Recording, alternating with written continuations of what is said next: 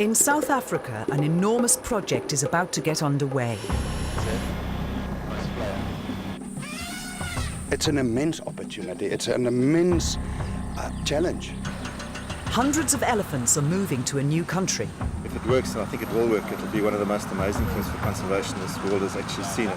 It's a mammoth task that needs a specialist team.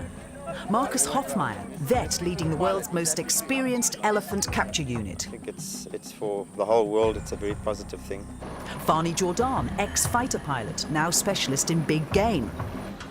Johan Marlin, ground controller, and his crew of rangers and mechanics. It's going to take a lot of work. There will be a lot of hassles, problems. If they succeed, the world's largest wildlife sanctuary will be created, a new home for South Africa's elephants.